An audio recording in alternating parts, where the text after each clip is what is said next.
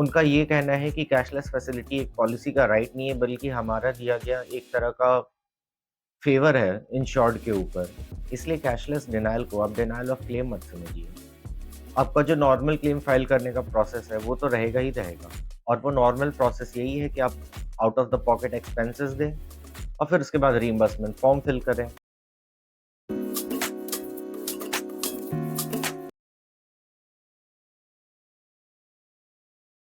नमस्कार दोस्तों, welcome to my channel Prasad law.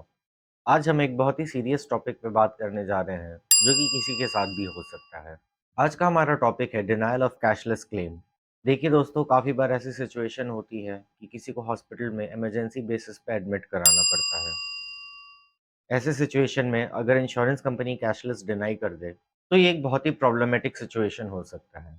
पर ऐसे में आपको कैशलेस और रीइंबर्समेंट क्लेम के बीच का डिफरेंस समझना है।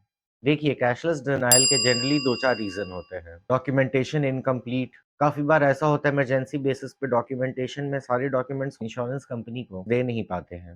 इस कारण टीपीए कैशलेस को रिजेक्ट करती है। इन्फॉर्मेशन मिसमैच के कारण भी हो सकता है।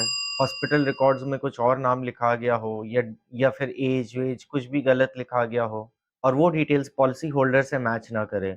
इस केस में भी कैशलेस डिनाई किया जा सकता है। तीसरा रीज़न है पॉलिसी एक्सक्लूजन। अब देखिए, एक्सक्लूजन क्लॉज़ में अगर कंपनी पैसा दे दे तो वापस तो ले नहीं सकती है। इसलिए हमेशा अगर एलिमेंट कोई एक्सक्लूजन क्लॉज़ में आ रहा हो, तो फिर insurance company to be on a safer side cashless deny कर देती है। और चौथा रीज़न है प्री ऑथराइज़ेशन में इश्यू। जैसे कि कभी-कभी टीपीए को हॉस्पिटल से इन्फॉर्मेशन आने में देरी हो जाती है या इनकम्प्लीट इन्फॉर्मेशन जाती है, तो वो इनिशियल स्टेज पे कैशलेस रिजेक्ट कर देते हैं।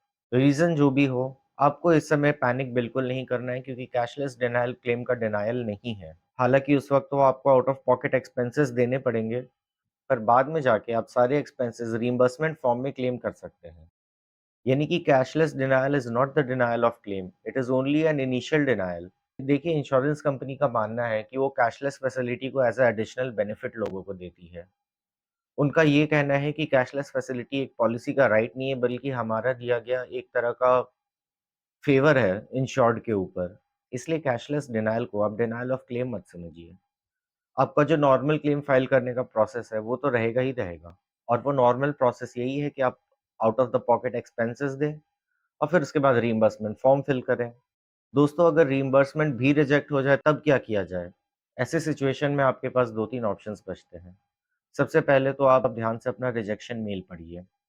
किस क्लॉज़ के अंडर इंश्योरेंस कंपनी ने रिजेक्शन किया है, उसको ध्यान से देखिए। अगर आपके पास डॉक्यूमेंट है प्रूफ करने के लिए कि वो क्लॉज़ आप पे नहीं लगेगा, तो उसी वक़्त इंश्योरेंस कंपनी को मेल लिखिए ग्रीवियंस सेल पे और आपका इश्यू वहीं सॉर्ट हो जाएगा। अगर इससे इश्यू सॉर्ट नहीं होता है, तब आपके पास रास्ते बचते हैं या तो ओम्बड्समैन के या तो कंज़्यूमर कोर्ट जाने के। कंज़्यूमर कोर्ट में इंश्योरेंस क्लेम के केसेस कैसे होते हैं, इस पे मैंने काफ़ी सारे वीडियोज़ पहले ही बना रखे हैं। तो आपका जिस कैटेगरी में क्लेम फ़ॉल करता है, मुझे लगता है आपको मेरा वीडियो उस पे मिल ही जाएगा। और अगर नहीं हो तो आप कमेंट्स में रिक्वेस्ट कर सकते हैं, मैं उस पे वीडियो बना दूँगा। इन्फॉर्मेशन अच्छी लगी हो तो हमारे चैनल को सब्सक्राइब ज़रूर करें, वीडियो को लाइक करें और बेल आइकन को प्रेस करना मत भूलिए। और ऐसे इन्फॉर्मेशन के लिए जुड़े रहें हमारे चैनल प्रसाद लॉ।